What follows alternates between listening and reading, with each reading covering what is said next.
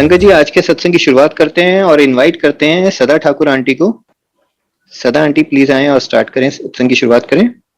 जय गुरु जी संगत जी, जय गुरु जी सबको। शुक्राना गुरु जी। गुरु जी का बर्थडे वीक चल रहा है और सबको गुरु जी के जन्मदिन की, अवतार दिवस की बहुत बहुत बधाई हो। और ये जो महीना हमारे लिए इतना लकी होता है कि हमें लगता है कि सब तरफ से गुड न्यूज ऐसे महसूस होता है कि बहुत सारी इतनी एनर्जी हमको मिल रही है और इतनी खुशी का ये माहौल होता है कि हम अपने सब जो आसपास का माहौल होता है, दुख भरा भी होता है, अगर सैड भी होता है तो बहुत अच्छा महसूस करते हैं। और गुरु जी ने वाकई हम लोगों के जीवन में इतना इतना चेंज ला दिया है कि लगता ही नहीं है कि मतलब हम इस दुनिया के लोग हैं। और जो भी हम लोगों से मिलता है वो सोचता है कि भी ये क्या है ऐसे कि ये लोग हर उस चीज में मस्त रहते हैं। गुरु जी इतनी कृपा बरसाते हैं, इतनी पॉजिटिव एनर्जी देते हैं अपनी संगत को। और मैं आज का अपना सत्संग शुरू करूंगी तो पहले से शुरू करती हूँ जैसे मैं गुरुजी से मिली। बहुत बार सुना चुकी हूँ संगत जी, लेकिन मुझे लगता है कि वो ब्यूटीफुल मेमोरीज जो गुरुजी के साथ हमारी हुई हैं, वो जो पहली मुलाकात हम गुरुजी के साथ जब रूबरू होते हैं, उसको अगर हम डिस्क्राइब नहीं करते हैं तो लगता है जैसे कुछ अधूरा सा रह गया है। सत्संग तो पूरी जिंदगी में हर पल हो रहे हैं, हर क्षण होते हैं, हर दिन एक नया सत्संग होता है, गुरुजी की कृपा होती है। लेकिन जो पहली मुलाकात गुरुजी के साथ होती है वो शायद कोई भी संगत जो है वो नहीं भुला सकती है। ऐसा ही कुछ हमारे साथ भी हुआ कि हम गुड़गांव शिफ्ट हुए थे तो मेरी मुलाकात नूतन आंटी से हुई और वो हमेशा अपने गुरुजी के सत्संग सुनाती थी। लेकिन हम इग्नोर करते थे कि भी हमारे और गुरु हैं और हम बहुत सारे भगवानों की पहले ही पूजा करते हैं और आसपास के लोगों ने और ऐसा एटमॉस्फेयर कर रखा था और बहुत सारे बाबाओं ने और एस्ट्रोलॉजर्स ने हमें इतना लूट चुके थे हमें कि मैं अपने अंकल से प्रॉमिस ले चुकी थी कि आज के बाद हम किसी बाबा या पंडित के पास नहीं जाएंगे। लेकिन नूतन आंटी ने सत्संग सुना सुना के मेरे मन में एक ऐसा पैदा हो चुकी थी प्रेरणा कि मैं शायद एक बार गुरुजी को देखाऊं, गुरुजी से मिल लूं। लेकिन मैं अपने अंकल को कैसे मनाती, क्योंकि मैंने खुद ही उनसे प्रॉमिस लिया था कि हम आज के बाद किसी भी बाबा के पास नहीं जाएंगे। और गुरुजी की इमेज हमारे आंखों में वही थी जैसे और बाबा होते हैं। तो मैंने अंकल को बोला कि मेरा बर्थडे है, मेरे को जैसे चाहूं वैसे मनाने देना। इन्होंने सोचा शायद ये मूवी देखने जाएगी या खाना खाने कहीं बाहर चलेंगे, ऐसा कुछ। तो कहने लगे ठीक है, मना लेना अपना बर्थडे जैसे मनाना चाहो। फिर मैंने थोड़ी देर बाद इनको बोला कि हम शाम को नूतन के गुरुजी के पास चलेंगे और वहीं पे लंगर करेंगे। तो ये सुन तो चुके थे गुरुजी के बारे में, लेकिन ये एकदम से उन्होंने मेरे को ऐसे देखा और कहने लगे कि तूने खुद ही प्रॉमिस अपना तोड़ रही है। मैंने कहा हाँ, और मन में सोचा कि मैं उसको नूतन आंटी को खुश करने के लिए जा रही हूँ और वो भी खुश हो जाएंगी, चलो हम भी एक महापुरुष के दर्शन कराएंगे, उसके बाद हमने नहीं जाना। अंकल कहने लगे मैं आज जा रहा हूँ, आज के बाद मुझे कभी इंसिस्ट नहीं करना जाने के लिए। मैंने कहा ठीक है। मैंने आंटी को फोन कर दिया कि भी हम चलेंगे शाम को। तो उन्होंने कहा कि गुरुजी की गद्दी पे बैठने से पहले हमें वहां पहुंचना है, मेरे पास कार नहीं है, मुझे लेते हुए चले जाना, मैं तुम्हें सत्संग सुनाती जाऊंगी। हमने कहा ठीक है। मैं उनको बोल के अपने थोड़े घर के काम निपटाए और कभी भी दिन में नहीं सोती हूँ, आज भी नहीं सोती हूँ, कभी तबीयत खराब होती है तभी सोती हूँ। तो उस दिन पता नहीं क्या हुआ कि 4 बजे मैं लेटी कि शाम का जाना है वहां पर, पता नहीं कितने बजे वापस आएंगे, थोड़ा आराम कर लेती हूँ। और ऐसा सोच के मैं लेटी हूँ और मेरी आंख लग गई और मैं देखती हूँ एक सपना, और उसमें देखती हूँ कि मैं एक मंदिर में पहुंची हुई हूँ। एक हॉल है और उसमें गुरुजी गोल्डन सिंहासन पर बैठे हुए हैं, बड़े सुंदर चोले में, और एक ओंकार और लाइट जो है वो ब्लिंक कर रहे हैं और ऊपर एक गोल्डन ईगल घूम रहा है आसमान में। तो जब वो आंटी मेरे कार में बैठती है, मैं उनसे पूछती हूँ कि हम जहाँ जा रहे हैं वहां पर ये सब है। वो कह लेंगे तुझे कैसे मालूम चला, मैंने तो तेरे को वहां के बारे में कुछ बताया ही नहीं, मैं तो सिर्फ सत्संग सुनाती हूँ। तो मैंने कहा ऐसे ऐसे मैं आज दिन में सोई और मेरे को ये सब दिखा सपना। तो कहने लगी कि तेरे को तो गुरुजी ने ब्लेस कर दिया, तेरे को दर्शन दे दिए। और उस समय संगत जी, जब हम नई नई संगत होते हैं तो ये सब बातें समझ नहीं आती हैं और समझाने वाले भी हमारे भगवान गुरुजी महाराज ही हैं। जो समय आने पर हम सबको समझाते हैं कि उनकी क्या लीला है। और मैं भी अनजान सी, मुझे नहीं पता चला कि ये दर्शन ही थे गुरुजी के। और हम पहुंचे एम्पायर स्टेट छोटे मंदिर। तो गुरुजी एक सेटी पे बैठे हुए थे, कैजुअल वियर्स पहन के, जॉगिंग शूज पहन के, पैर ऊपर किए हुए थे। साइड में उन्होंने दरवाजे की तरफ देखा, हमने एंटर किया। गुरुजी ने गर्दन घुमा के बोला कि कौन है? तो नूतन आंटी बोली मेरी फ्रेंड हैगी, कच्ची पक्की। तो उन्होंने बोला पक्की। गुरुजी हंसे, कहने की कर देने। हमने कहा गुरुजी हम गाना गाते हैं। केहो जा गाते हो? हमने कहा गुरुजी कैसे बताएं, आप सुनोगे तो पता चलेगा। चंगा बह जा, कितने दा रहने वाला है? ये अंकल जी से पूछा। तो अंकल बोलने के मैं जम्मू दा। तो इतने में सेवादार हमें जगह पे बैठने के लिए बोल रहे थे। तो गुरुजी ने बोला पीछे से, मेरी बैक हो गई थी। गुरुजी कहने लगे कि तू तो अंबाले चंडीगढ़ के कोल दी सरदारनी हैगी। मैंने एकदम से गुरुजी को पीछे मुड़ के देखा कि गुरुजी मुझे ही बोल रहे हैं, और गुरुजी मेरी तरफ ही देख रहे थे। तो मुझे लगा हाँ मुझे ही बोल रहे हैं।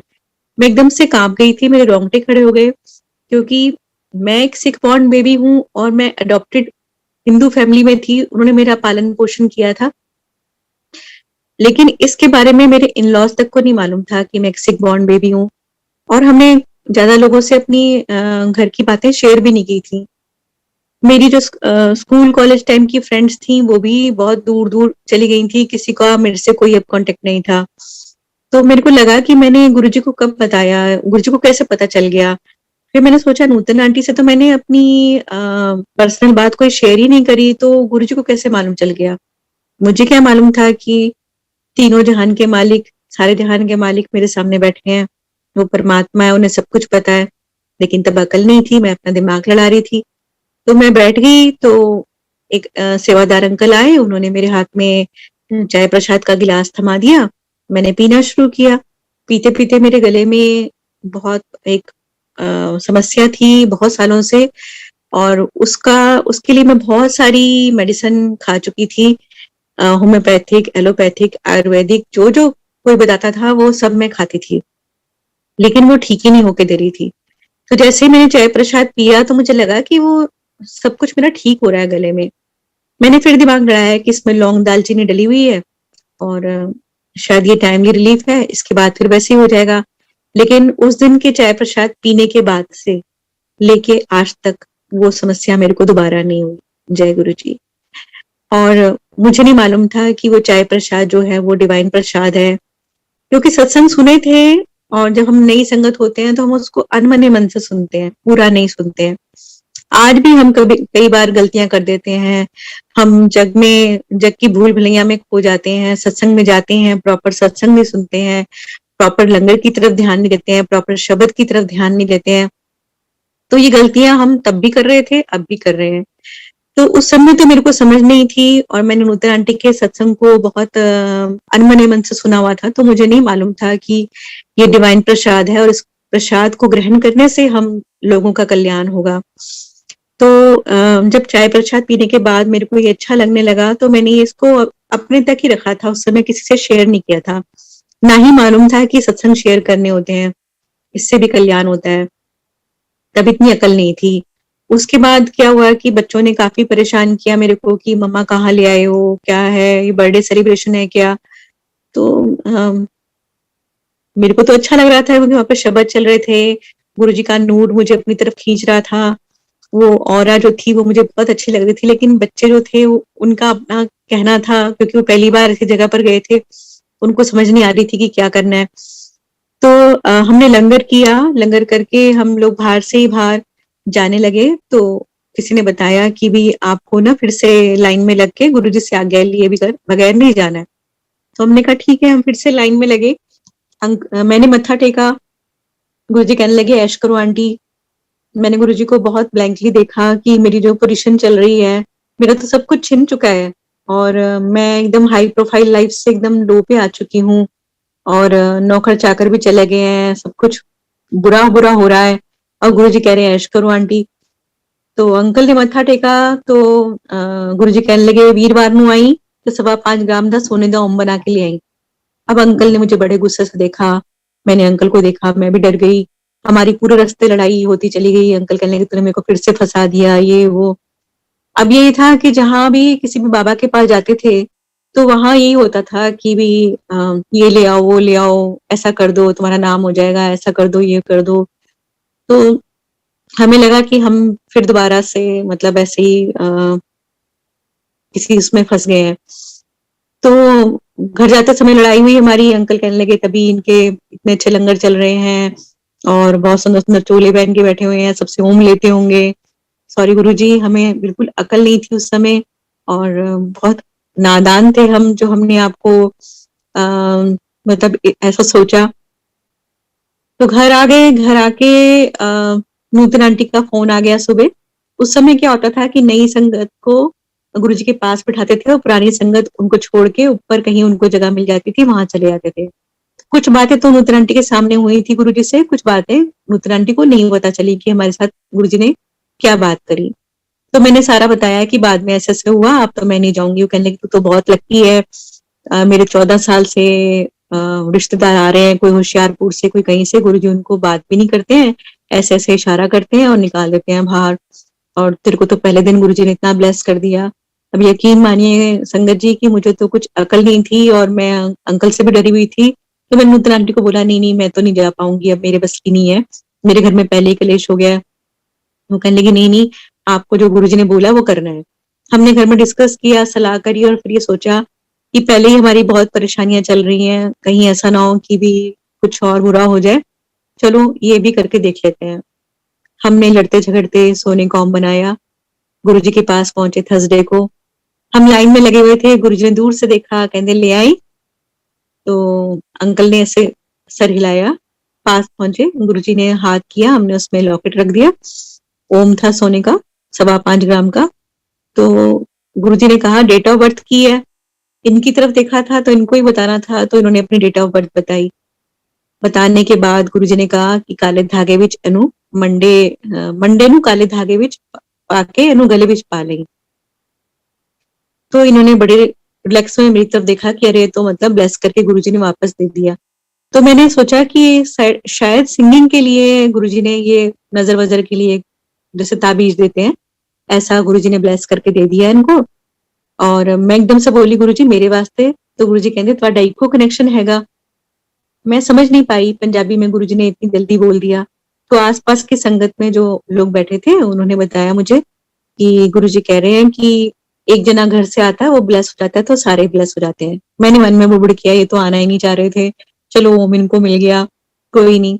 और मैं बैठ गई, शब्द चलने लगे, बहुत आनंद आया और मन को एक संतोष हुआ कि गुरुजी वैसे बाबा नहीं हैं जो जैसे और लोग होते हैं। तो गुरुजी ने ब्लेस करके हमें वापस दे दिया और हम इतना बुरा बुरा सोच रहे थे। फिर हम लोग आने लगे, दूसरी तीसरी चौथी बार हुआ तो गुरुजी ने कहने लगे बच्चों को नहीं लेके आना, आंटी फिर ले आई टब्बर। मैंने कहा गुरुजी टब्बर? तो फिर जोशी अंकल खड़े थे, उन्होंने कहा आंटी बच्चों को घर छोड़ के आना, आप दोनों को आना है। मेरे मन में चिंता लगी रहती थी बच्चों की, क्योंकि मैं प्रोग्राम्स में जाती थी तो वहां भी बच्चे नेग्लेक्ट होते थे। उनको घर छोड़ के आती थी, तब छोटा वाला बहुत छोटा था, 5 साल का, और बड़े वाले 10th 12th में उनके बोर्ड के पेपर चल रहे थे। तो माँ होने के नाते मेरे मन में उनके प्रति हमेशा चिंता ही रहती थी कि उन्होंने खाना खाया होगा कि नहीं खाया होगा, वो पढ़ाई कर रहे होंगे कि नहीं कर रहे होंगे, उनकी लड़ाई हो रही होगी, पता नहीं क्या हो रहा होगा घर में। ये गाते गाते तो मेरे को चिंता रहती थी स्टेज पर। जब गुरुजी के पास पहुंचती थी थोड़ी देर मेरे को शब्द चलते थे तो बहुत आनंद आता था, लेकिन फिर से वही समस्याएं चलती रहती थी। ये नहीं पता था कि जो जगत का पालनहार है, जिसने हमें भी संभाला हुआ है, वही सबको संभालने वाला है। नादान थे, अकल नहीं थी। एक दिन गुरुजी कहने लगे कि चलो आज थोड़ा गाना सुन। तो अंकल कहने लगे गुरुजी मैं बाजे के साथ गाता हूँ, और मैं बाजा लाया नहीं। गुरुजी कहते बाजा किथे है? घर। घर किथे है? गुड़गांव। ते गुड़गांव केड़ा पाकिस्तान है? जा चक के लिया बाजा, आंटी नु इथे छड़ जा। अंकल चले गए, गुरुजी ने मेरे को सिंहासन के राइट साइड बिठा लिया और मेरे मन में टेंशन थी, पता नहीं अंकल वापस आएंगे कि भी नहीं आएंगे, और बाजा लाएंगे तो डायरीज लाएंगे कि नहीं लाएंगे, और मेरे को तो भजन आते ही नहीं, या तो शब्द चलते हैं या भजन चलते हैं, तो मैं क्या गाऊंगी गुरुजी को, तो क्या सुनाऊंगी, ये टेंशन मेरे दिमाग में चलती रही। लेकिन तभी क्या हुआ कि 15-20 मिनट में अंकल वापस आ गए। वो भी अपने आप में एक सत्संग है कि गुरुजी की लीला। आरडी सिटी से एम्पायर स्टेट आने में हमें उन दिनों मेट्रो कंस्ट्रक्शन हो रही थी, और एक ही तरफ का रास्ता था और 1.5 घंटा हमें लगता था। जितनी भी गुड़गांव की संगत है उनको पता है कि भी उस समय कितना रश होता था और हम लोग बहुत दिक्कत से पहुंच पाते थे। तो अंकल कैसे 15 मिनट में आए भी, गए भी और बाजा भी लेकर आ गए, ये अपने आप में एक सत्संग है जिसको मैं आज तक समझ नहीं पाई हूँ। लेकिन गुरुजी, उनकी दुनिया में कुछ भी हो सकता है, हर चीज पॉसिबल है, ये समझ आ गई है।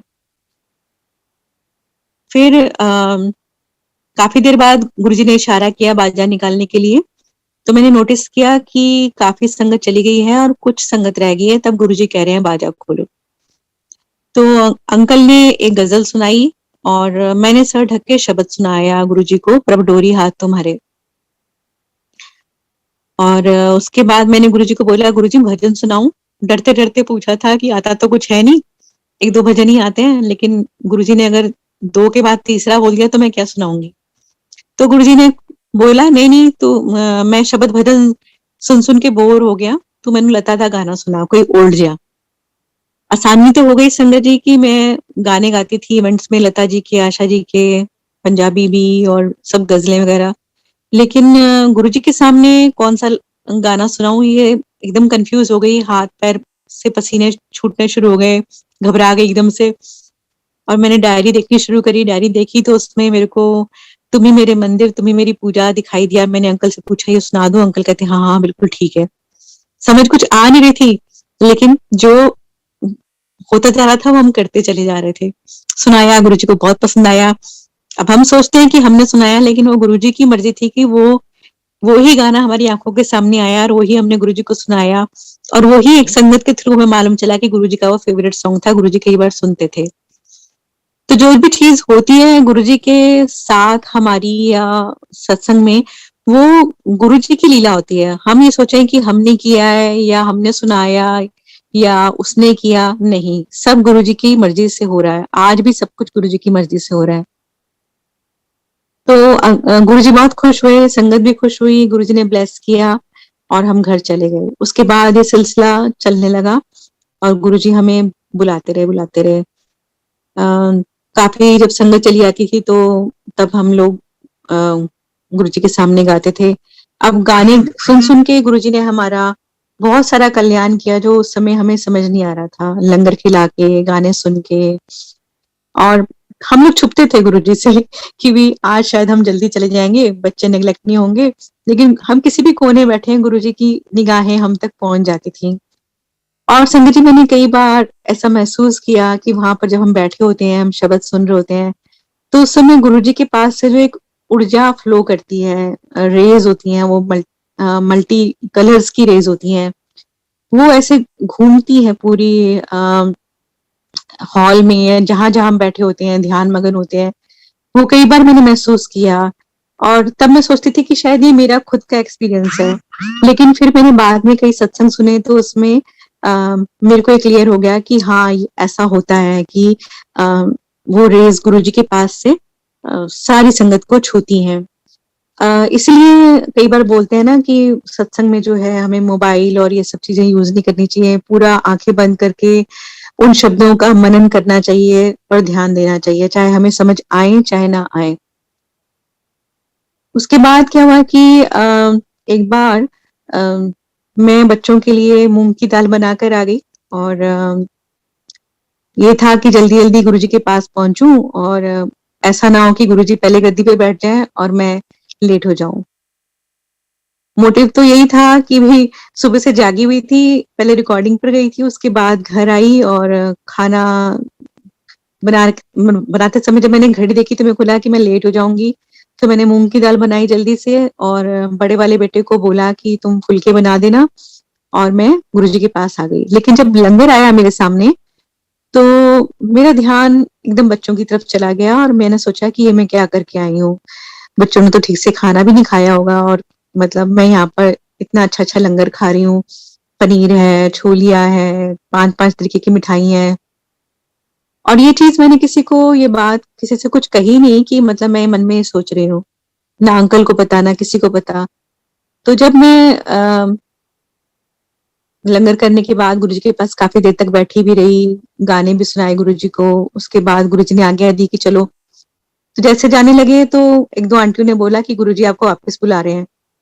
मैं वहीं बैठी हुई थी, सारी चीजें मेरी निगाहों के सामने थी कि टेबल है, गुरुजी का लैंप है उधर साइड में, एक एक चीज मेरी निगाहों में थी कि कहाँ क्या पड़ा हुआ था। लेकिन वो मिठाई का डिब्बा गुरुजी ने ऐसे हाथ किया और उस पर आ गया और गुरुजी ने बोला, "ये ले जा बच्चा वास्ते।" और मुझ पागल को कुछ समझ में नहीं आया कि ये मिठाई का डिब्बा कहाँ से आया। मैं इतनी थकी हुई थी और गुरुजी की लीला थी कि शायद मेरे को ब्लैंक रखना है। मैंने वो मिठाई का डिब्बा लिया और आके कार में बैठ गई और सोचा कि मतलब जाके घर में सो जाऊं जल्दी से। इतनी जोर से मैं नींद भी आ रही थी मेरे को। और मैंने धीरे-धीरे महसूस किया जैसे-जैसे गाड़ी चलती जा रही थी घर की तरफ और वो मिठाई का डिब्बा था वो हेवी-हेवी होता जा रहा था। तो मुझे लगा कि मैं थक गई हूँ, लेकिन जब 1 किलो से 5 किलो, 5 किलो से 10 किलो ऐसे उसका वेट बढ़ने लगा, तो मुझसे रहा नहीं गया। मैंने अंकल को बोला कि ये मिठाई का डिब्बा तो 1 केजी का है, लेकिन ऐसा क्यों लग रहा है कि ये बहुत भारी हो रहा है? मैं सोच रही थी कि मैं थकी हुई हूँ इसलिए मेरे को भारी लग रहा है, लेकिन अब तो ये बहुत बहुत ज़्यादा वेट होता जा रहा है, ऐसा लग रहा है 30 किलो हो गया है। तो अंकल कहने लगे, "गुरुजी को पता चल गया होगा हमें नोटों की ज़रूरत है, इसलिए इसमें नोट बन रहे होंगे, तू सत्संग नहीं सुनती?" मैंने कहा, "तुम्हें मिठाई के डिब्बे में भी नोटों के सपने आ रहे हैं" और हमारी लड़ाई शुरू हो गई। हमेशा की तरह जैसे होती थी कि बहस-बहस में लड़ाई हो गई और फिर घर पहुँचे तो बच्चों ने दरवाज़ा खोला, बच्चे कहने लगे, "मम्मा आपके अंदर से तो गुरुजी की खुशबू आ रही है।" मैंने सोचा कि वो जो मिठाई का डिब्बा मैंने गुरुजी के हाथ से लिया है, तो गुरुजी ने उसको टच किया और गुरुजी के हाथों से तो इतनी फ्रेग्रेंस आती है कि अगर हम उनके चरण छू लें या हाथ छू लें तो वो काफ़ी-काफ़ी दिन तक फ्रेग्रेंस आती रहती थी। तो मुझे लगा ये मिठाई का डिब्बा गुरुजी के हाथ से आया है और मेरी गोदी में पड़ा रहा है, तो इसलिए वो फ्रेग्रेंस मेरे अंदर से आ रही है। हमने जल्दी से उसको डिब्बे को खोला और देखा उसमें बेसन के लड्डू थे। वैसे लड्डू उससे पहले और उसके बाद हमने आज तक कभी नहीं खाए और वो 1 डेढ़ महीने तक फ्रेश रहे और ऐसा लग रहा था जैसे उसमें बरकत हो रही है और वो काफ़ी मतलब खत्म नहीं हुए 1 डेढ़ महीने तक। हमने भी खाए, बच्चों ने भी खाए। हमें नहीं पता था कि वो डिवाइन प्रसाद है या सचखंड का प्रसाद है, ना किसी ने हमें बताया। बाद में मुझे मालूम चला कि गुरुजी ऐसे सचखंड का प्रसाद जो था वो प्रोड्यूस करते थे और कई संगत को मिला मिश्री प्रसाद और पता नहीं क्या-क्या।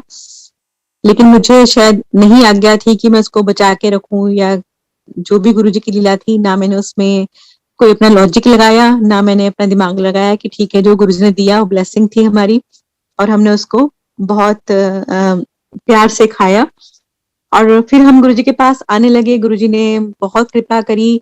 एक दिन प्रसाद खा रहे थे हम लोग, प्रसाद के बाद वो कड़ा प्रसाद बना के ले आई एक आंटी, तो उस वो काफ़ी सारा था और देसी घी भी डला हुआ था उसमें, गरमा-गरम था, जितना 2 लोगों को मिल रहा 4 लोगों को मिल रहा था, उतना हम दोनों को मिला था। तो अंकल ने धीरे से मेरे को बोला कि, "तू खा ले, मेरी शुगर बढ़ जाएगी, पहले भी लंगर इतना किया है, उसमें भी मीठा खाया है।" गुरुजी बहुत दूर बैठे थे हमसे, हमारे पास वाले को भी नहीं पता था कि भी अंकल ने क्या बोला है मुझे। गुरुजी वहीं से बोलने लगे, खा ले कंजरा, कल जाके चेक कर ली, तेरी शुगर नॉर्मल करती है। तो मैंने सोचा कि भी इसमें शायद कुछ मिलाते होंगे प्रसाद में, जो नेक्स्ट डे जाके चेक करते हैं तो नॉर्मल है। लेकिन आज भी मेरे अंकल प्रसाद को पूरा खाते हैं, चाहे मंदिर में मिले, चाहे सत्संग मिले और नेक्स्ट डे जब जाके चेक करते हैं, तो शुगर बिल्कुल नॉर्मल होती है। लेकिन किसी पार्टी में या घर में ऐसे बदपरहेजी कर लें, तो शुगर गड़बड़ हो जाती है और गुरुजी ने ऐसे बहुत प्यार से अंकल की हेल्थ को सँभाला हुआ है। फिर संगत जी गुरुजी ने एक दिन बोला कि भी बाजा लेकर आओ और नाल बाल कटा के लाओ। अंकल के बाल बहुत बड़े-बड़े होते थे। वो इतने बड़े थे कि जैसे ज़ाकिर हुसैन के बाल और जो लोग हमारे पास से निकलते थे वो सब बात आज करके चले आते थे। तो मुझे लगता था कि अंकल की कोई पहचान नहीं है, सब लोग उनको ज़ाकिर हुसैन समझते हैं। इनकी अपनी पहचान होनी चाहिए। तो वो हेयर स्टाइल मुझे पसंद नहीं था लेकिन अंकल को बहुत पसंद था। जब जब गुरुजी ने बोला कि भी बाल छोटे करा के लाना और बाजा लेके आना नया, तो तब उस समय हमारे पास पैसे नहीं थे बिल्कुल भी। काम कम था और मार्च का महीना चल रहा था, बच्चों की फीसें और न्यू यूनिफ़ॉर्म्स, न्यू बुक्स और गुड़गाँवा में आपको पता ही है सब कुछ महँगा-महँगा तो हम उसको मैनेज नहीं कर पा रहे थे। तो अंकल कहने लगे गुरुजी के इतने सत्संग सुनते हैं, क्या गुरुजी को नहीं पता कि हमारे पास पैसे नहीं है और हम मतलब काम में नहीं है? तो मैं चुप रही, मैंने कुछ नहीं बोला। मैं दूसरी बार गई तो गुरुजी कहने लगे बाजा ले आए, हमने कहा नहीं। इससे पहले ही अंकल ने मेरे को हेयर स्टाइल के लिए बहुत डांटा कि भी तूने गुरुजी को बोला होगा, तेरे को मेरे बाल पसंद नहीं थे। मैंने कहा मैं आपके साथ जाती हूँ, आपके साथ आती हूँ, मैंने गुरुजी को कब बोलना है, ना मेरे पास कोई फोन नंबर है। हाँ मुझे पसंद नहीं है आपके बाल, लेकिन मैंने कभी गुरुजी को नहीं बोला कि भी ये हेयर कट करवा दो। वो गुरुजी की अपनी सोच है, वो क्या कराना चाहते हैं मुझे नहीं पता। और एक बार कटवा लो उसके बाद फिर बढ़ा लेना गुरुजी से पूछ के। तो ये बहुत गुस्सा हुए और कटवा के आए बाल। और आके शीशे में खड़े होके मुझे कहने लगे तेरे को चैन पड़ गया। मैंने कहा हाँ। और जैसे होते ही हस्बैंड वाइफ का और हमारी खूब लड़ाई हुई। जब एम्पायर स्टेट पहुंचे और भारी संगत मिल गई, कहने लगे कि अंकल आप तो बहुत यंग लग रहे हो, 10 years बैक हो गए। अंकल को अच्छा लगा। उसके बाद अंदर गए तो गुरुजी ने देखा, गुरुजी कहने लगे फिर तेरा बंदा बनाता जेंटलमैन। इस तो पहले डंगर सी। सारे अंकल आंटी हंसे और अंकल खुश हुए कि गुरुजी खुश हो गए हैं और सबको पसंद आ गया मेरा न्यू हेयर स्टाइल। तो घर आके कहने लगे नहीं अब मैं ऐसे ही रखूंगा, बाल बढ़ाऊंगा नहीं। मैंने कहा ठीक है।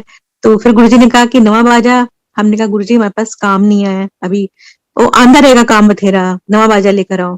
2 बार हो गया, तीसरी बार गुरुजी ने फिर मेरे को डांटा, एनु समझा दे। पंजाबी में बोले गुरुजी की मतलब गुरु जो 3 बार हुक्म करते हैं वो पूरा करना चाहिए।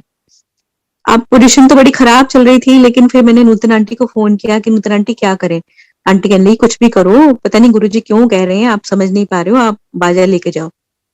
हमने ना बाजे वाले को फोन किया कि हमारा पुराना बाजा ले लो और उसकी किश्त बांध लेना, उसके बदले में हमें नया बाजा दे दो और फिर किश्तें बांध लेना।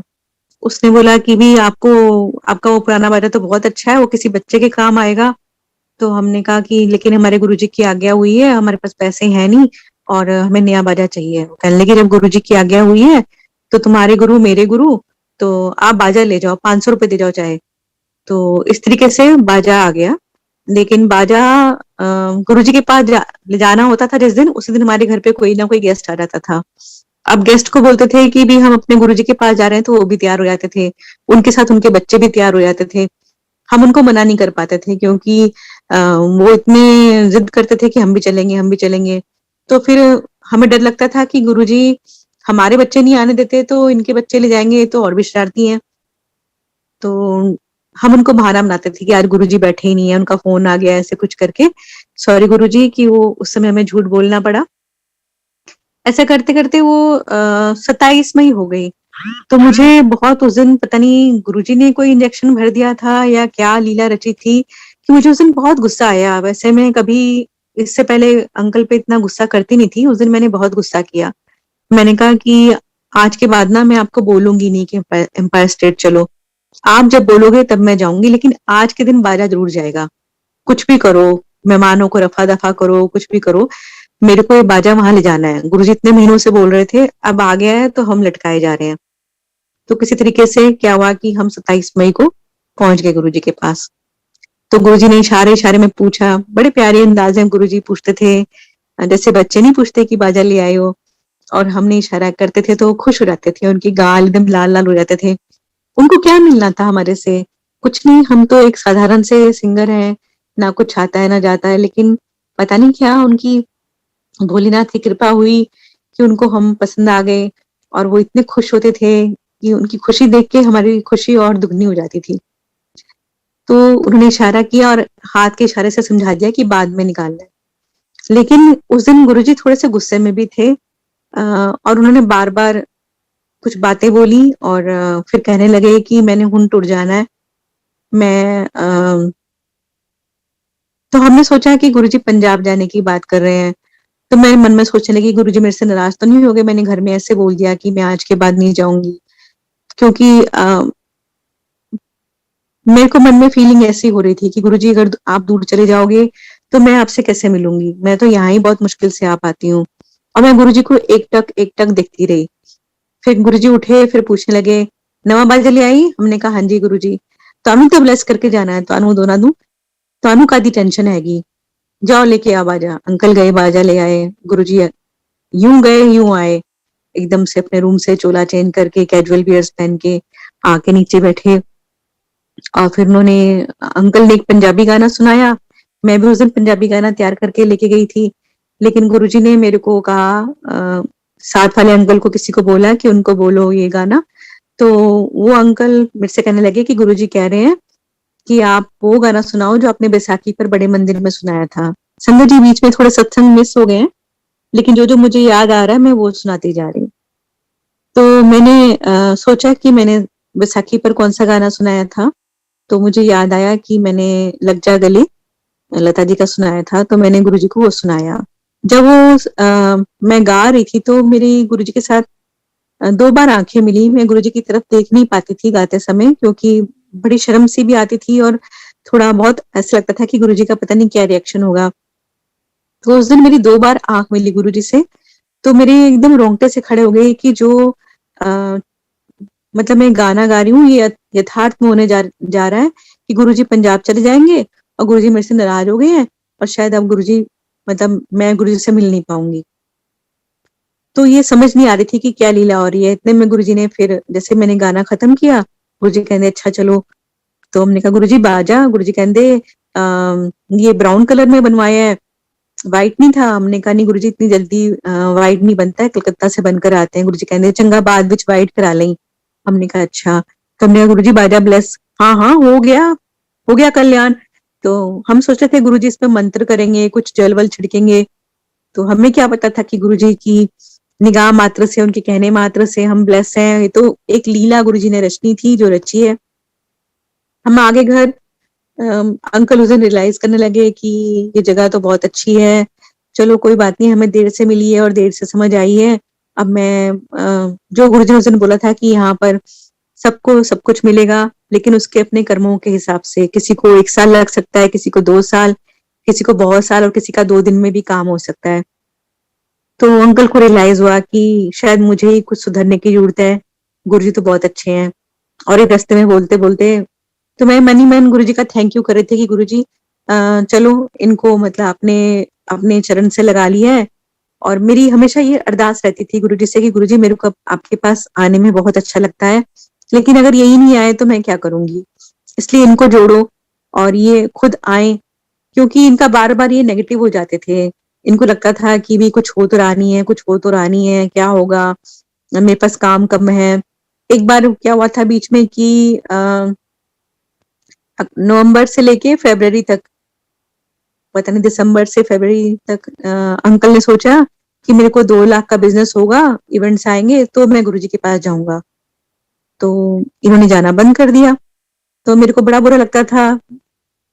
मैं एकदम से उदास हो जाती थी। मैं गुरुजी को मन ही मन अरदास करती थी कि गुरुजी कुछ करो कि मैं आ पाऊं। तो वही हुआ कि 2 लाख का बिजनेस आ गया, इनका टारगेट पूरा हुआ। तो इन्होंने कहा चलो चलते हैं गुरुजी के मंदिर। तो हम आ गए। गुरुजी कहने लगे कितने गायब हो गया सी। तो इन्होंने बोला कि गुरुजी मेरे पास काम आ गया था, तो मेरे इवेंट्स थे। और फिर ना आपके ये है कि सैटरडे संडे को ही आना है, तो मेरा बड़ा मुश्किल हो जाता है एक दिन फिक्स करना। तो गुरुजी कहते जेड़े मर्जी दिन आ, पर आया कर, अंदर है। तो ये खुश हो गए कि भी मेरे आने या ना आने से गुरुजी को क्या फर्क पड़ता है, लेकिन गुरुजी फिर भी प्यार से बुला रहे हैं, इतना इंसिस्ट कर रहे हैं, तो इनको थोड़ा अच्छा लगा। तो बाहर जब निकले तो संगत में से एक अंकल ने बोला अंकल आप कितने लकी हो कि आपको गुरुजी कह रहे हैं जेड़े मर्जी दिन आ।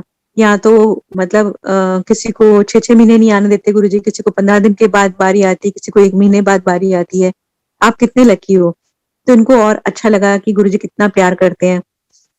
तो ये धीरे धीरे गुरुजी ने जैसे इनको जोड़ना था वैसे जोड़ा। और संगत जी आज के दिन भी गुरुजी ऐसे ही हम लोगों पर कृपा कर रहे हैं, मेरे बच्चों पर, अंकल पर, पूरे रिश्तेदारों पर बहुत गुरुजी की कृपा है। जो जो जुड़ता है मोहल्ले पड़ोस में भी सब जगह गुरुजी की बहुत कृपा हो रही है। गुरुजी ने जैसे ऐसे बोला था कि ये संगति तेरा परिवार है, वही वही सब कुछ चीजें सामने आ रही हैं। एक बार अंकल बैठे हुए थे और मैं भी बैठी हुई थी, तो गुरुजी ने बोला कि क्यों मुंह लमका के बैठे हो। तो हम गुरुजी के पास पहुंचे और गुरुजी को बोलने लगे गुरुजी अंकल बोले कि मैं जम्मू से आया हुआ गुरुजी, मेरे को 25 साल हो गए और मेरा नाम नहीं होया। तो गुरुजी कहते मेरे को तो हुन ही आया, हाले रुक जा 1.5-2 साल। तो अंकल का मुंह लटक गया कि 1.5-2 साल अभी और रुकना पड़ेगा। फिर जब बाजा लेके गाना सुनाया तो कुछ संगत बैठी थी, उन्होंने ताली बजाई। तो गुरुजी कहने लगे, जा संगत ने सुन लिया, तेरा नाम हो गया। अंकल बाहर निकल के मुझे कहने लगे, 20-25 लोग बैठे थे, इनके सुनने से क्या नाम होगा। लेकिन संगत जी आज आप देखो कि गुरुजी की कृपा से संगत कितनी बढ़ गई है, और कितनी कृपा है गुरुजी की कि मंत्र जाप जो गाया हुआ है, गुरुजी ने गवाया, वो पूरे ही संसार में बजता है, मंदिर में भी बजता है। भजन गुरुजी के जो गुरुजी ने रिकॉर्ड करवाए, गुरुजी की कृपा से बने, उनकी मर्जी से लिखे गए, उनकी मर्जी से कंपोज हुए। संगत ने इतना प्यार दिया, आश्रम ने इतना प्यार दिया। मैं सोचती हूँ, पीछे मुड़कर देखती हूँ तो मेरे को आंसू ही आंसू लगते हैं मेरी आंखों से कि गुरुजी ने इतनी कृपा बरसाई है। और हर मोड़ पर, हर मुसीबत में गुरुजी ने ऐसे ऐसे बचाया हमें। मेरे को गुरुजी ने बहुत बार लाइफ दी। अभी मैं आपको रिसेंटली अपना कोविड का सत्संग सुनाने जा रही हूँ, जिसको सुन के संगत जी आप लोग भी महसूस करोगे कि गुरुजी हमारे साथ हमेशा हर पल रहते हैं। इससे पहले की सत्संग बहुत है, लेकिन ये कोविड वाला लेटेस्ट है मेरा। 1 साल से लॉकडाउन था, और लॉकडाउन में गुरुजी ने हमारे को न्यू हाउस ब्लेस करके दिया, और उसमें हमने चेंज किया। लॉकडाउन में ऑनलाइन बहुत सारे सत्संग भी किए गुरुजी की कृपा से। फिर जब तो लॉकडाउन खुला तो उसके बाद सबने डरा रखा था हमें कि कोविड है, नहीं काम करना, लेकिन हम गुरुजी का नाम लेके काम किए जा रहे थे, क्योंकि देखो रोजी रोटी भी चलानी बहुत जरूरी है। बच्चों का लालन पालन करना है, घर चलाना है, तो थोड़ा सा निकलना भी पड़ता है। तो हम लोग निकले और सत्संग गुरुजी की कृपा से हम करके आए, अमृतसर भी, लुधियाना भी, जहां जहां गुरुजी ने काम दिया वो सब करके आए।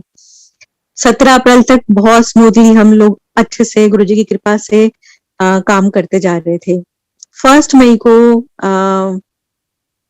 पता नहीं कैसे क्या हुआ, मेरे को फीवर चढ़ा, और हुआ तो ये था कि हम अंकल को वैक्सीन लगवाने के लिए गए थे, और वहां वैक्सीन नहीं मिली, और वहीं से मुझे कुछ अजीब सा महसूस हुआ। घर आके मेरे को गर्मी गर्मी सी लग रही थी, और जब मैंने नोटिस करा तो मेरे को फीवर हो गया था। 1 मई से लेके 2 मई, 3 मई हम ऐसे डोलो वोलो खा के गुजारा कर रहे थे। लेकिन जब देखा 104 तक फीवर जा रहा है, तो फिर दवाई कोरोना की शुरू हो ही गई कि आप ले ही लो इसको। इतने में रिपोर्ट वगैरह कराई तो टेस्ट पॉजिटिव आ गया। 7 मई तक फीवर उतर ही नहीं रहा था, फिर डॉक्टर ने मेरी स्टेरॉइड शुरू करा दी। स्टेरॉइड शुरू होने के बाद 8 मई को मेरी ऑक्सीजन गिरनी शुरू हुई। तो जो मेरे अड़ोस पड़ोस में सभी को कोविड हो चुका था, नीचे वालों को, पड़ोस में, पीछे, सब आगे कुछ संगत रहती है, एक संगत के अंकल आंटी है, उनको भी हो गया था। हम सब लोग एक दूसरे की फोन पर हालत पूछ रहे थे, और इतना प्यार है संगत में कि मतलब मैं बता नहीं सकती। जब संगत को मालूम चला कि भी मेरी तबीयत खराब है, तो उन्होंने मेरे को घर पे खाना बना के भेजना शुरू किया। और 8 मई को उन्होंने सबने अंकल को ये बोला कि इनका CRP और जो है सिटी स्कैन जो है वो बहुत खराब आया है, 18/25, तो आप इनको हॉस्पिटल का अरेंजमेंट करो। डॉक्टर ने भी मेरे को यही सजेस्ट किया कि आप हॉस्पिटल ढूंढो इमीडिएटली, रात बेरात अगर ऑक्सीजन और गिर गई तो आपको कौन संभालेगा। अंकल और मनस्वी को भी कोविड हो गया था, और ये भी गिरे पड़े से महसूस हो रहे थे। इनका इन्फेक्शन कम था, लेकिन फिर भी वीकनेस बहुत ज्यादा थी। अब मुझे डर था कि अंकल को शुगर भी है, वैसे तो गुरुजी संभालने वाले हैं, लेकिन कहीं इनकी हालत ना खराब हो जाए, क्योंकि सुनने में ऐसा आ रहा था। जब सबने इंसिस्ट किया तो अंकल ने सब जगह पता किया, तो बेड नहीं मिल रहे थे और ऑक्सीजन भी नहीं मिल रही थी। फिर जो पड़ोस में मेरे अंकल आंटी थे, वो कोविड केयर में भर्ती हुए थे, उन्होंने वहां से फोन करके बताया कि भी यहाँ पर एक बेड खाली है। तो पड़ोसियों ने ही मेरे को वहां भेजा कोविड केयर सेंटर में। एक संगत के अंकल और मेरे अंकल मुझे वहां छोड़कर आए, और मैं अंदर चली गई। मुझे संगत जी पता नहीं था कि मैं उसको एक हॉस्पिटल समझ के गई थी, कि वहां जैसे मैं जाऊंगी तो मेरे को नर्स या व्हील चेयर पे कोई लेने आ जाएगा, और एकदम से मेरे को बेड बेड सब मिल जाएगा। लेकिन सीन बिल्कुल उल्टा था। जब मैं वहां पहुंची थी, एक तो मेरे को होश नहीं थी कि मेरे को करना क्या है, मेरा सामान मुझे क्या ले जाना है। मैंने एक नाइट सूट, अपनी मेडिसिन और एक पानी की बोतल लेके मैं चली गई थी, और मेरे पास कुछ नहीं था। और जब वहां पे मैं चली गई तो मेरे को ये महसूस हुआ कि जब सिटी स्कैन हुआ था तो उस समय मेरी चेन उतारी गई थी, तो उसमें गुरुजी का लॉकेट भी घर पर ही रह गया। अब मैंने गुरुजी को मिस किया, मैंने गुरुजी को बोला, गुरुजी मैंने ऐसे गले पे हाथ लगाया, मैंने कहा गुरुजी, एकदम से ऐसे मेरा थोड़ा सा मन बैठा, मैंने कहा गुरुजी। और फिर मन में सोचा, गुरुजी नहीं, आप तो मेरे साथ ही हो, मेरे हृदय में हो, और फिर राधा स्वामी कोविड केयर साथ में ही तो मंदिर में आप बैठे हुए हो, मेरे पर पूरी दृष्टि रखे हुए हो, मैं क्यों घबराऊं। और मैं चली गई, अंदर गई तो मुझे समझ ही नहीं आ रहा था कि मुझे जाना कहाँ पर है, मेरा बेड कहाँ पर होगा। जब वहां अंदर एंटर किया तो वहां पर पेशेंट ही पेशेंट, पेशेंट ही पेशेंट, कोई किसी को देख नहीं रहा था, कोई किसी को पूछ नहीं रहा था।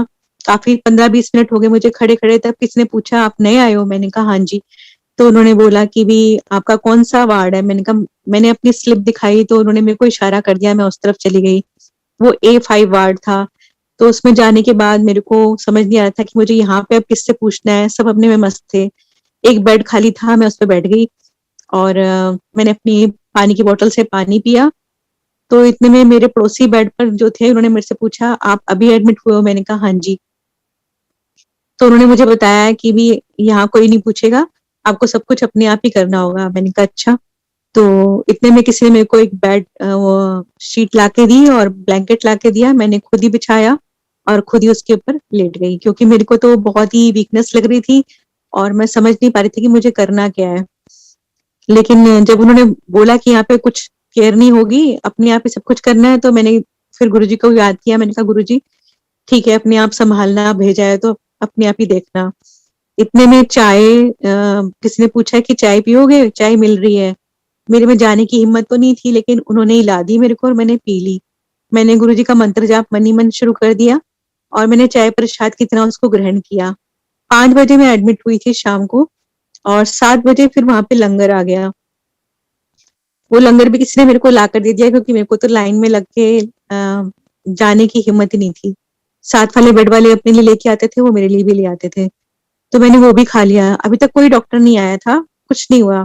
8-9 बजे डॉक्टरों की एक टीम आई, तो मैंने नोटिस किया कि भी जिनके रिश्तेदार थे साथ में, अटेंडेंट टाइप, वो लोग उनको खींच खींच के अपने पास लेके जा रहे थे। डॉक्टर्स पीपी किट में थे और एक एक घंटा एक एक पेशेंट के ऊपर वो उनको छोड़ ही नहीं रहे थे। मेरी बारी बहुत देर में आई। जब वो मेरे पास पहुंचे तो उन्होंने मेरे को देखा, आप नए एडमिट हो ऐसे पूछ के, उनको मेरा बेड नंबर तक नहीं पता था कि मेरा बेड नंबर कौन सा है। ऐसी केयर थी वहां पर। तो उन्होंने मेरे को वही मेडिसिन जो मेरे घर पर मैं खा रही थी वही देनी शुरू कर दी, डॉक्सी एंड पता नहीं जो भी थी। तो मैंने उनको बोला ये तो मैं खा रही थी, मैंने सोचा था मेरे को इंजेक्शन लगेगा, कुछ लगेगा, लेकिन कुछ नहीं। और वो डॉक्टर्स मेरे को वही मेडिसिन देके चले गए। तो मेरे को ठंड लगने लगी, वहां पर एसी बहुत हाई थे, मेरी बॉडी अकड़ने लग गई। मैंने अपने साथ वालों को बोला कि एसी कम हो जाएंगे, कहते नहीं होंगे। तो ठीक है, मैंने कहा मेरे को बहुत ठंड लग रही है और मैं बिल्कुल अच्छा महसूस नहीं कर रही हूँ। तो उन्होंने मेरे को 2 कंबल और ला के दिए और मैं उनको लेट के लपेट के लेट गई और मेरे को लग रहा था कि मैं डूबती जा रही हूँ। मैं गुरुजी को याद करे जा रही थी और मंत्र जाप करे जा रही थी, और मैंने अपने आप को पूरा गुरुजी के समर्पित कर दिया था कि गुरुजी जैसे रखो। रात को 2-3 बजे के करीब कोई डॉक्टर सीनियर गुरुजी की कृपा से राउंड पर आया। मुझे महसूस हुआ कि मेरी उंगली पर कुछ हुआ है टच। मुझे महसूस हुआ कि ऑक्सीमीटर लगा है। ऑक्सीमीटर लगा हुआ तो डॉक्टर जोर से बोले इनको ऑक्सीजन नहीं लगाया, 70 पे ऑक्सीजन चली गई है, जल्दी भागो। तो 10-15 मिनट में वो ऑक्सीजन कंसंट्रेटर लेकर आए और मुझे महसूस हुआ कि मेरे नाक के पास कुछ ठंडी ठंडी हवा आनी शुरू हुई है और मैं ठीक से ब्रीथ करने लगी। लेकिन अंदर ही अंदर जैसे बहुत कुछ टूटा हुआ होता है, ऐसा भी महसूस हो रहा था और मैं गहरी नींद जैसे मेरी स्थिति हो रखी थी। अच्छा लगने लगा और मैं सो गई। सुबह जब मेरी आंख खुली तो मैंने सोचा कि भी मैं हूँ कहाँ पर। देखा तो मैं कोविड केयर में ही हूँ और देखा कुछ लोग सो रहे थे, कुछ जाग रहे थे और समझ नहीं आया था। मेरे को एकदम से वॉशरूम जाने के लिए प्रेशर बना, तो मुझे समझ ही नहीं आ रहा था कि मुझे जाना कहाँ पर है। तो मैंने किसी को इशारे से पूछा तो उन्होंने मेरे को रास्ता बता दिया कि उधर से जाके वॉशरूम है। तो मैंने देखा वहां पर जिस रास्ते से मेरे को होके जाना था वो मेरे बेड से दिख तो रहा था और वहां पर बहुत सारी बॉडीज पैक होके पड़ी हुई थी।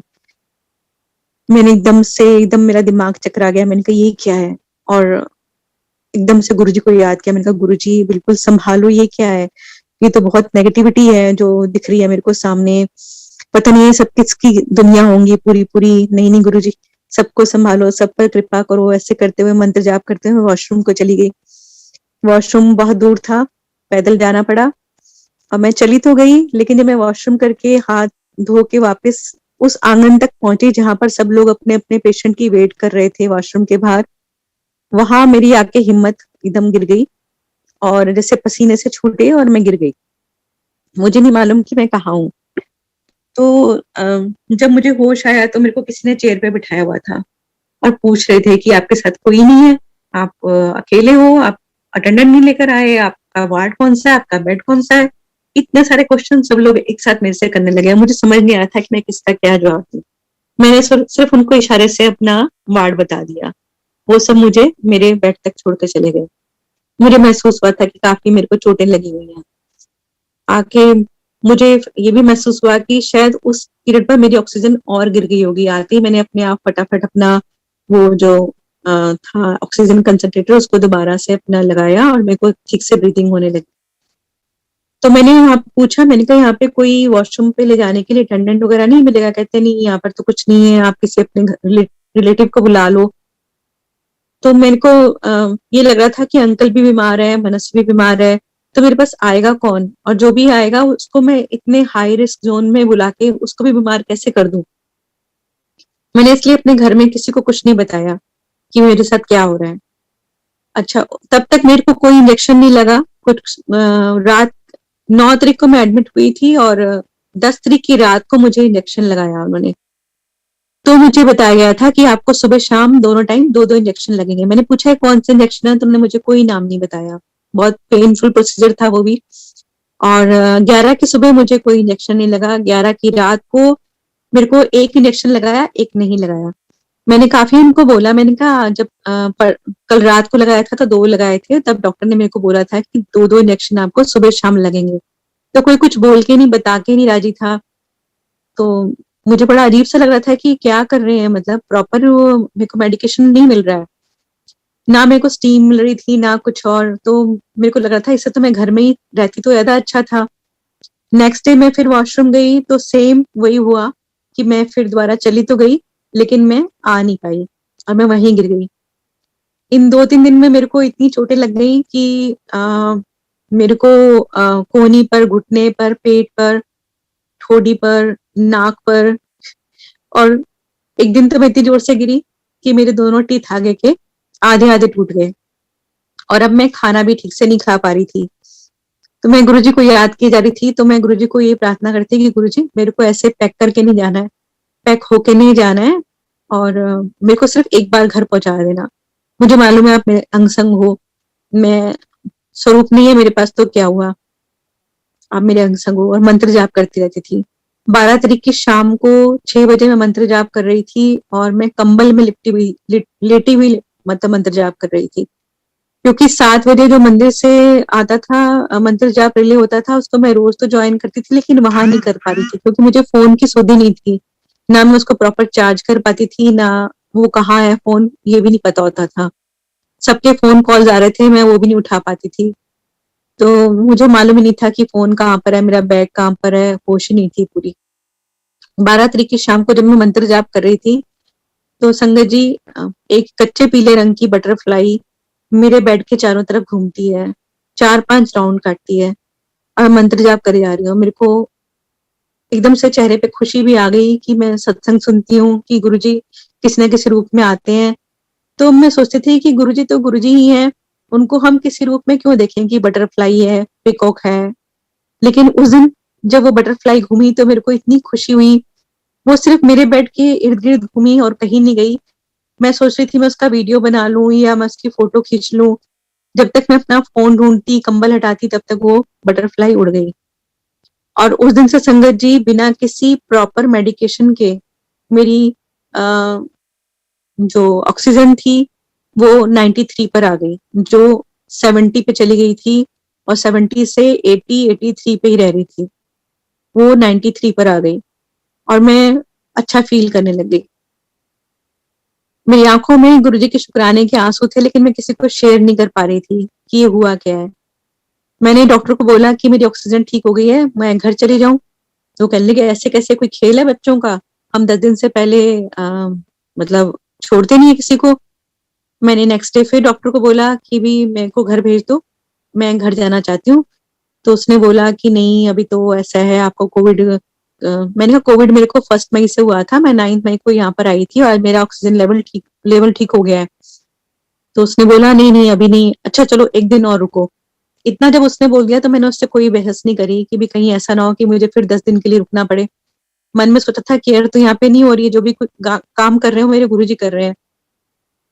जब नेक्स्ट डे का बोल दिया तो मैंने घर फोन कर दिया कि मुझे कल शायद डिस्चार्ज मिल जाएगा और मैं घर आ जाऊंगी। मेरे आसपास के बेड वाले सारे हैरान थे कि आपको छुट्टी कैसे मिल रही है, इतनी जल्दी तो किसी को भी डिस्चार्ज नहीं करते हैं, सबको मतलब 10 दिन का ऑब्जर्वेशन तो रखते ही रखते हैं। मैंने मन में यही सोचा कि गुरुजी की कृपा से ही सारा संभव हो रहा है कि मैं घर पहुंच जाऊंगी, लेकिन फिर भी यकीन नहीं हो रहा था जब तक घर पहुंच ना जाऊं। तो गुरुजी को बार बार यही बोल रहे थे कि सिर्फ घर पहुंचा दो मेरे को एक बार, मेरे परिवार के बीच में। तो नेक्स्ट डे गुरुजी की कृपा से 15 तारीख को मैं डिस्चार्ज होकर घर आ गई। घर आके अंकल ने जब मेरी हालत देखी, बच्चों ने देखी, सब रोने लग गए कि हमने तेरे को ठीक होने के लिए भेजा था कि और टूटने फूटने के लिए भेजा था। मैंने कहा कोई बात नहीं, गुरुजी ने यहाँ तक मेरे को पहुंचा दिया है तो आगे भी वही संभालेंगे। शाम को क्या हुआ कि नहाने धोने के बाद मेरी ऑक्सीजन लेवल फिर से गिर गया, 86 पर आ गया। अंकल मेरे को गुस्सा होने लगे, तू जबरदस्ती आ गई है, तू ठीक नहीं हुई थी, तू क्यों आई? मैंने कहा आपको नहीं पता वहां पर क्या क्या हो रहा था, मैं आ गई हूँ तो मैं बच जाऊंगी, गुरुजी ने अभी तक मेरे को यहाँ तक संभाल लिया, आगे भी संभाल लेंगे। अंकल डर गए थे, उन्होंने सब जगह फोन घुमा दिए कि ऑक्सीजन चाहिए, ऑक्सीजन चाहिए, आंटी की तबीयत खराब हो रही है, सब डर गए फिर से। तो मैंने अपने डॉक्टर को फोन किया, उसको सारी सिचुएशन बताई कि भी ऐसे ऐसे ये इंजेक्शन लगा है, ये नहीं लगा, और क्या लगाया है कुछ पता नहीं।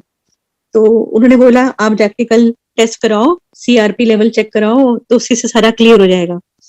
जब सीआरपी लेवल चेक कराया तो सारा खराब था, तो उन्होंने मेरी 16 मई से फिर से स्टेरॉइड शुरू करा के 27 मई तक फिर दोबारा मेरे को दवाई पे रखा। और इस बार जब टेस्ट कराया तो सारी रिपोर्ट्स नॉर्मल आई गुरुजी की कृपा से। और हम सोचते हैं कि ये दवाई लग रही है या हम दवाई खा रहे हैं वो काम कर रहा है, लेकिन काम तो गुरुजी ने करना होता है, काम गुरुजी ही करते हैं और गुरुजी ही बचाते हैं। वो मुझे ले आए थे मेरे घर, मेरे को उसी का बहुत बहुत शुक्राना था। उसके बाद चाहे मुझे कुछ भी हो जाता, लेकिन मुझे उम्मीद थी कि गुरुजी कभी भी ऐसा नहीं होने देंगे, और गुरुजी ने अपनी बात रखी और मेरे को बिल्कुल ठीक किया। मेरी लिक्विड डाइट चल रही थी टीथ की वजह से, फिर टीथ में थोड़ा थोड़ा पेन कम हुआ तो फिर मैंने सॉलिड खाना शुरू किया, लेकिन वीकनेस बहुत थी और टीथ का ट्रीटमेंट भी चला, जो भी चल रहा है। और 5 जुलाई को मेरे को टीथ में एक टेम्परेरी कैप लगी है, जिससे मैं 7 जुलाई का प्रोग्राम कर पाई हूँ। नहीं तो मेरे को लग रहा था कि मैं बहुत कैसे गाऊंगी और कैसे परफॉर्म करूंगी। गुरुजी की कृपा से अच्छा डॉक्टर ने और काफी संगत ने मुझे ये डरा दिया था कि जो चेस्ट इन्फेक्शन आपका है उसके हिसाब से तो आप 6 महीने गा ही नहीं सकते हो अभी। लेकिन गुरुजी की कृपा से मैंने 7 जुलाई को जो भी मेरे को आता है मैंने गाया। थोड़ी परफॉर्मेंस मेरी वीक रही, लेकिन गुरुजी ने बहुत अच्छे से मेरे को गाने दिया, मुझे कोई प्रॉब्लम नहीं हुई सांस में या किसी चीज में, और प्रॉपर मैं सुर लगा पा रही थी। थोड़ा बहुत अड़चन हुई थी मेरे को टीथ की वजह से, लेकिन वो भी संभल गई। तो ऐसे हैं गुरुजी, उन्होंने बहुत साथ दिया। अच्छा, मैं इसके साथ ही आपको एक सत्संग और सुनाना चाहती हूँ कि मैं सोच रही हूँ कि 12 तारीख को बटरफ्लाई आई और गुरुजी ने मेरे को दर्शन दिया, उसके बाद मेरा ये ऑक्सीजन लेवल ठीक किया।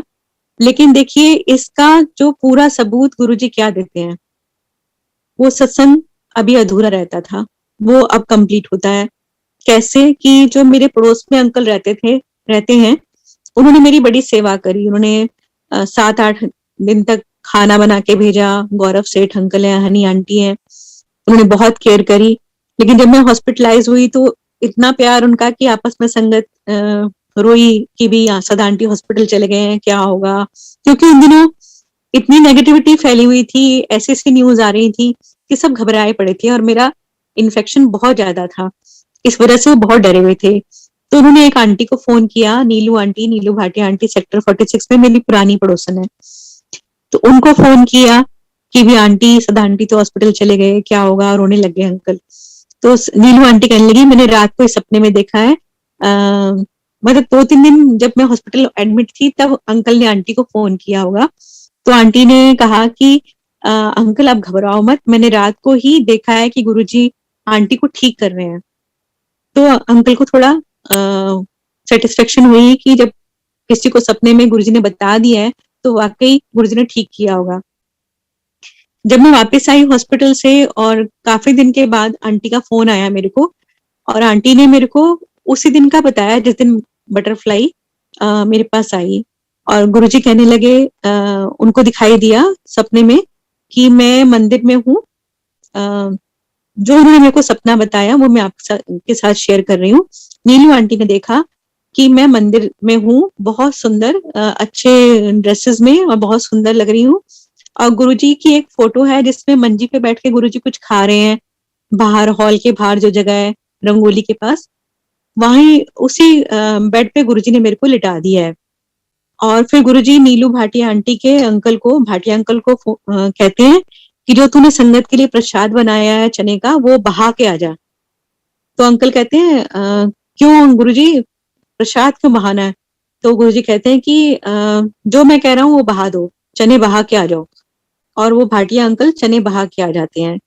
और उसके बाद गुरुजी ने पता नहीं जो किया, वो सपना मैं भूल गई, वो आंटी का बताया हुआ, वो आंटी कभी खुद भी सत्संग शेयर करेंगी।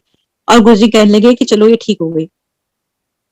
तो सेम डे जब मेरे को गुरुजी वहां पर ठीक कर रहे थे, वही सेम डे आंटी को भी सपना गुरुजी ने दिखाया और इस तरीके से गुरुजी ने ये बताया कि मैं ही कर रहा हूँ सब। तो संगत जी, गुरुजी हमारे साथ, हर संगत के साथ हर पल है। बस हम यूं ही गुरुजी की शरण में, उनके चरणों में श्रद्धा बनाए रखें।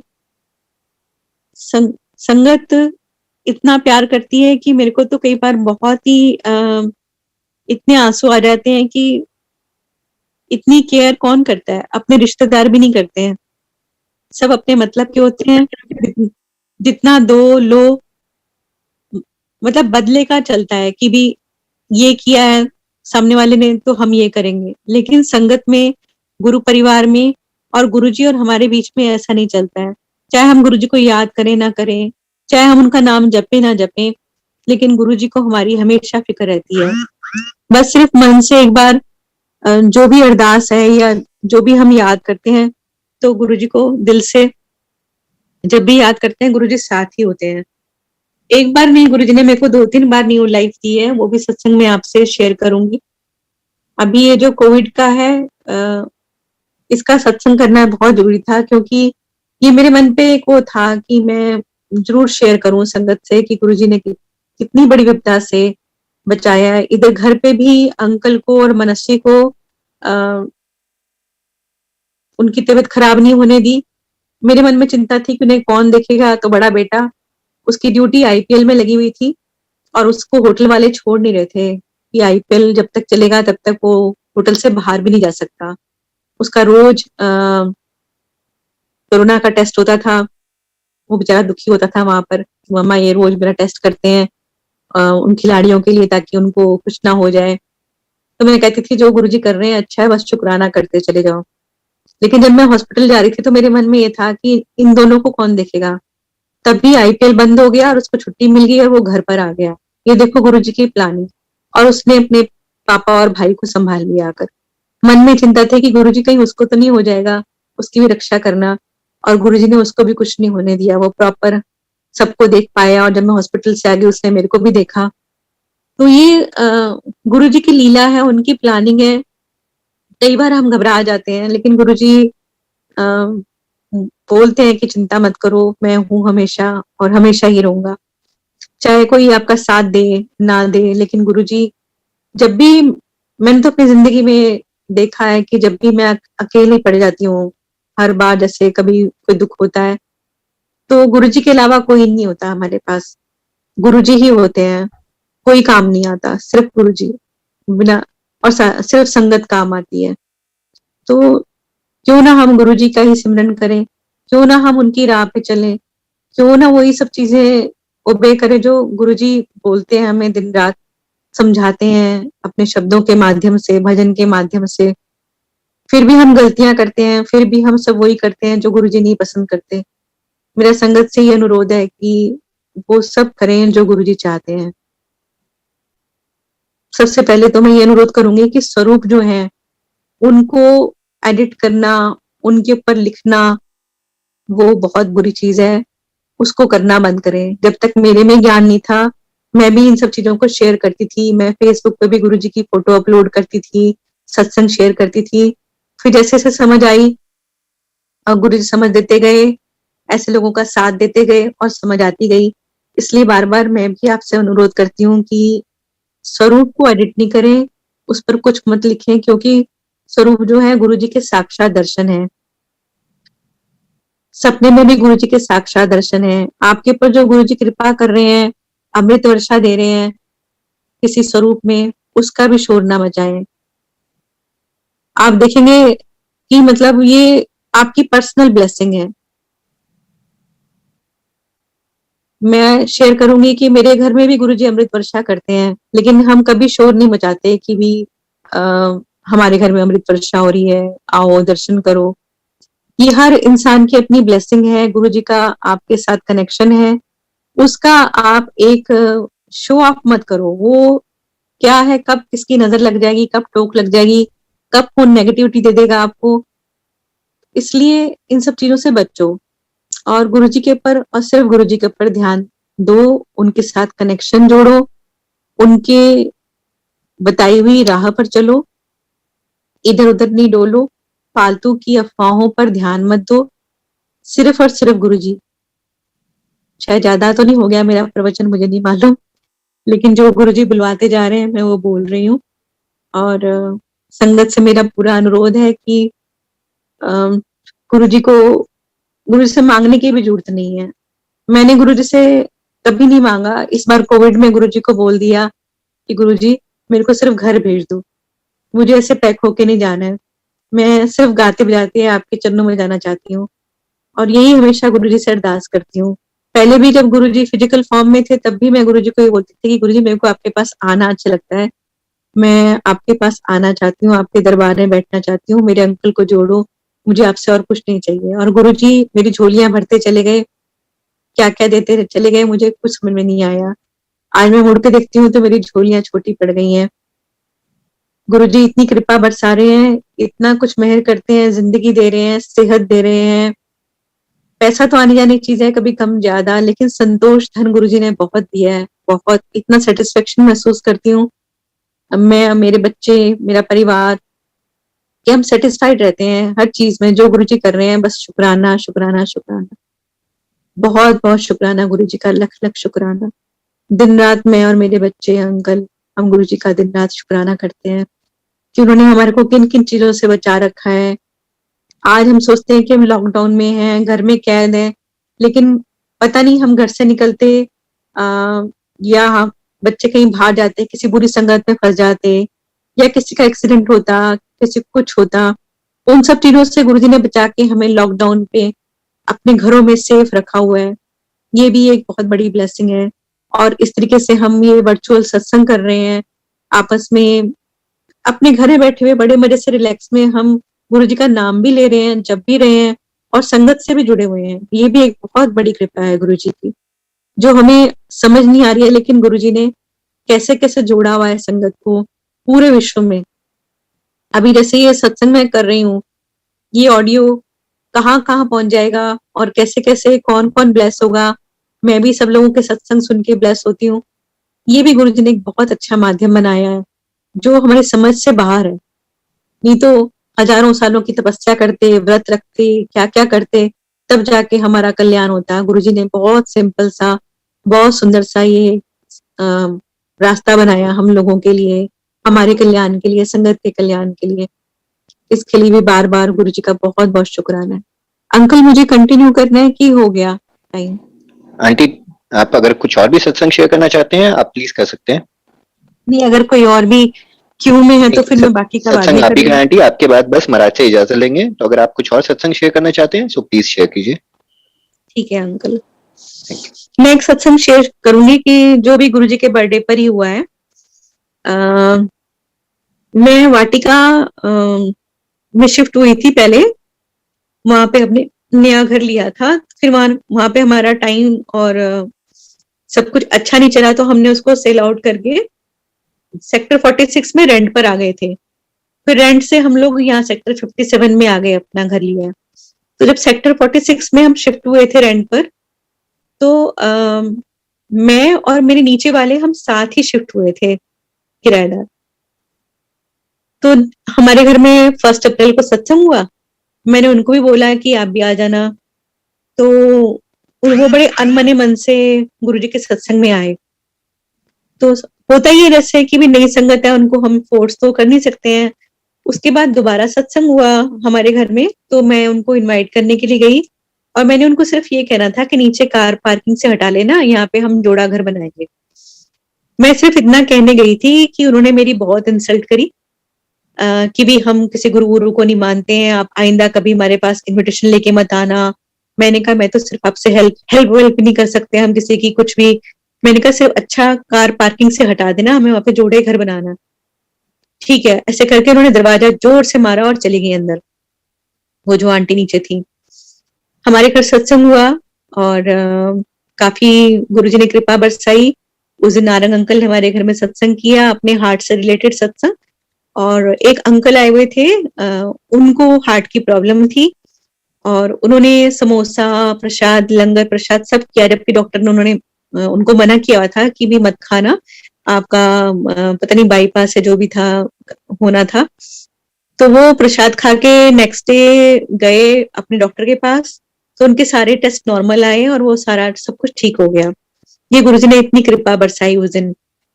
और वो जो अंकल नीचे रहते थे हमारे, जिन्होंने सत्संग में अटेंड किया, उनको हार्ट अटैक हुआ और उनकी डेथ हो गई।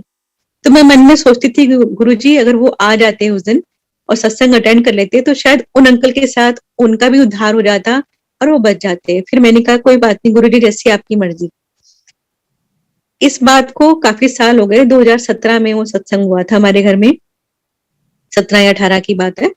और इस 7 जुलाई 2021 को एक फोन आता है मेरे पास और वो आंटी मेरे को फोन करके बोलती है, मैं सारिका बोल रही हूँ फरीदाबाद से, और मैं आपकी पुरानी पड़ोसन हूँ। मैं आपके यहाँ नीचे रहती थी, मैं भूल गई उनका नाम, मुझे कुछ याद नहीं रहा। तो फिर उन्होंने बोला कि भी हमारे घर कल सत्संग हुआ गुरुजी का। तो मैंने कहा आंटी मैं आपको पहचान नहीं पाई हूँ, आप कौन बोल रहे हो। तो उन्होंने सारा समझाया है कि हम सेक्टर 46 में आपका नीचे रहते थे, मेरे हस्बैंड की डेथ हो गई। तो मैंने कहा फिर आपके यहाँ गुरुजी का सत्संग हुआ? कहने लगी हाँ। तो मैंने कहा आप तो कहने लगी नहीं, अब हम गुरुजी के पास मानने लग गए हैं, हम गुरुजी के जाने लगे हैं। और गुरुजी का मैंने कल बर्थडे मनाया, सत्संग किया। मैंने कहा बड़ी अच्छी बात है। तो कहने लगी कि कल पता नहीं क्या हुआ कि हमने गेंदे के फूल चढ़ाए थे सारे, लेकिन जब मैंने गुरुजी का चोला उठाया है तो उसमें सफेद पेटल्स कहाँ से आ गई, तो अब मैं उसका क्या करूं। तो मैंने कहा ये सब गुरुजी की लीला है, ये तो आप गुरुजी से पूछो कि उन्होंने क्या किया है और आप उसको संभाल के रख लो, आपकी ब्लेसिंग्स है। लेकिन मेरे लिए बहुत बड़ा सत्संग था। वो आंटी पता नहीं कितना जुड़े हैं गुरुजी से, ये तो गुरुजी जाने और उनका उनका कनेक्शन जाने। लेकिन मेरे लिए ये बहुत बड़ा सत्संग था, क्योंकि 3-4 दिन पहले ही मैं उनको याद कर रही थी और वो सत्संग याद कर रही थी कि उसमें कैसे नारंग अंकल ने सत्संग किया था, उससे उन अंकल का कल्याण हुआ था जो आए थे हमारे घर पर। और अगर वो भी आ जाते नीचे वाले अंकल तो शायद वो बच जाते। ये चीज मेरे दिमाग में 3-4 दिन पहले आ रही थी। और 7 जुलाई को उन आंटी का फोन आ गया कि वो गुरुजी से जुड़ चुकी हैं और गुरुजी की उनके घर में ये लीला हो रही है कि गेंडे के पेटल से व्हाइट पेटल बन गए हैं। तो जय गुरुजी है, क्योंकि गुरुजी ने किसको कब कैसे जोड़ना है ये उनकी लीला है। हम आप तो सिर्फ माध्यम बनते हैं। गुरुजी की अपनी टाइमिंग्स है, उनका अपना प्रोसीजर है कि वो किसको किस तरीके से जोड़ते हैं। तो आंटी अपने मुझसे अपने शेयर करने लगी कि भी मत मेरे साथ ये हुआ, ये हुआ। तो मैं समझ गई कि गुरुजी ने उनको काफ़ी तोड़ के अपने पास बुलाया है। क्योंकि हम लोग क्या है कि हम लोग जल्दी सरेंडर नहीं कर पाते हैं। जब दुखी होते हैं तभी हम परमात्मा के आगे कई लोग बड़ी खुशी-खुशी आ जाते हैं, कई लोग बहुत दुखी होकर आते हैं।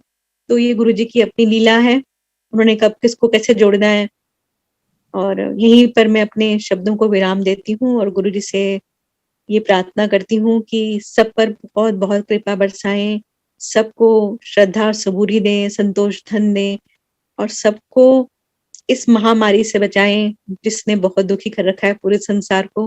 गुरुजी से यही बार-बार अरदास है कि इसको खत्म करें और जल्दी से हम लोगों को मंदिर में दर्शन का सौभाग्य मिले और हम सब चल-चल के गुरुजी के मंदिर में लाइनें बना-बना के गुरुजी के दर्शन करने के लिए आएँ। जय गुरुजी, शुक्राना गुरुजी।